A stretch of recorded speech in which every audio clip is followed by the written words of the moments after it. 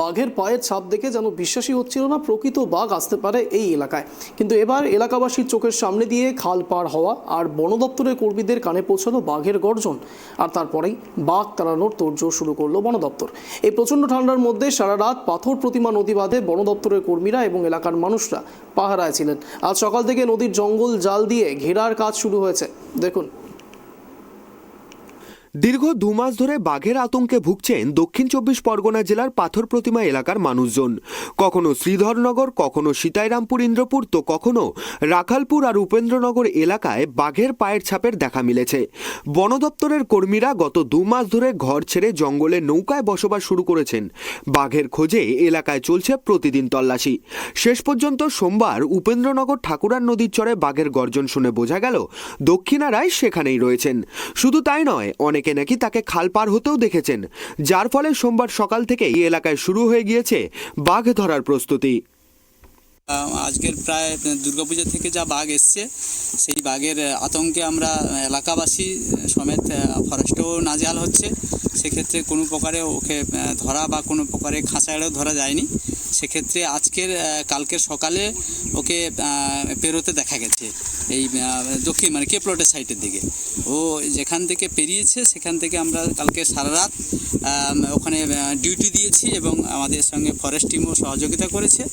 সেক্ষেত্রে আমরা সকাল 9টা থেকে যা সার্চিং শুরু করেছি, জঙ্গলে থেকে ওর যেখান থেকে পেরিয়েছে সেখান থেকে সার্চিং করে পুরো আমরা একদমে 3 কিলোমিটার এসে একদমে কে প্লটের একদম কর্নাটে, এল প্লটের শেষ প্রান্তে কে প্লটের কর্নাটে এইখানে ওর একটা আওয়াজ পেয়েছি। সেইখানে আমরা জাল টাল নিয়ে আমরা ঘেরার ব্যবস্থা করছি। এই অবধি বর্তমান খবর। আতঙ্কেই আছি আমরা। আতঙ্কে রাত্রে বাড়ানো যাচ্ছে না। সন্ধ্যা 6টা হলে বন্ধ করে দিতে হচ্ছে ঘর বাড়ি। বাইরে বাড়ানো যাচ্ছে না। প্রশাসন কিংবা বন দপ্তর কর্মী সবাই এসছে, ডিউটি চালাচ্ছে। কাল থেকে রাত্রি সারা রাত ছিল ওখানটায় ডিউটি। 2 মাস হয়ে গেল, এখনো পর্যন্ত বাঘ যায়নি। পাওয়া যাচ্ছে না বাঘ, তো কিন্তু পুলিশ আর ডিউটি করছে হরদম, কিন্তু বাঘের সাথে মিলছে না আমাদের দেখা। আপনারা কি দেখলেন বাঘের? কালকের পাড়াতে দেখেছি খাল, একদম জালবাড়িরা ডাইরেক্ট দেখেছে। দেখে খবর দিতে আমরা বন দপ্তরকে খবর দিলাম, ওরা এসছে। আপনারা এখন ডিউটি চালাচ্ছে।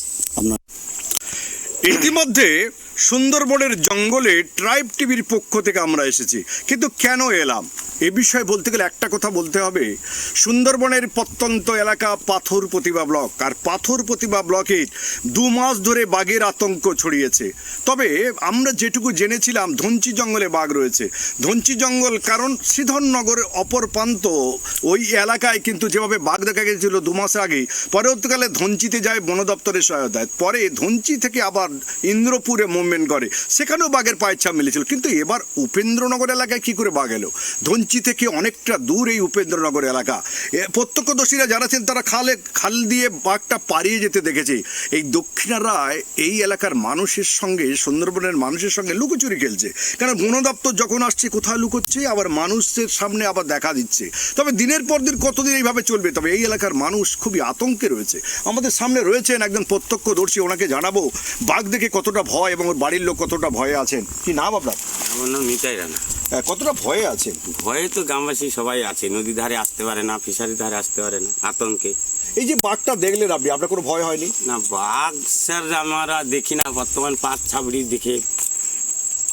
কিন্তু এখানে বলা হচ্ছে যে খাল পাড়তে দেখেছে তারা। দেখেছে বলছি, আমরা দেখি না, আমরা যারা পাড়িয়েছে নদীতে তারা দেখেছে। এই বাঘটা কি এখন বন দপ্তর এসছে আপনাদের এখানে? হ্যাঁ এসছে, কালকে এসেছিল, তো আজকেও এসছে। আজ ওপারে গেছে, পাহাড় সুড়ঙ্গি ধরে গিয়েছে। একদম নিতাই বাবুর সঙ্গে কথা বললাম, উনি চোখে বাঘ দেখেনি, তবে আতঙ্কে রয়েছে। ওনার প্রতিবেশীরা বাঘ দেখেছে খাল পাড়তে। তবে এই বাঘটা কি আদৌ ধরা পড়বে, না দিনের পর দিন সুন্দরবনের মানুষের সঙ্গে লুকোচুরি খেলবে আর বন দপ্তরকে হয়রান করবে? প্রায় 2 মাস ধরে বন দপ্তরের লোকজন পাথর প্রতিমার বিভিন্ন প্রান্তে বাঘ নিয়ে চলছে, তাদেরকে বিভিন্ন ধরনের খোঁজ খবর। তবে আদৌ বাঘ ধরা পড়ে কিনা এখন দেখার।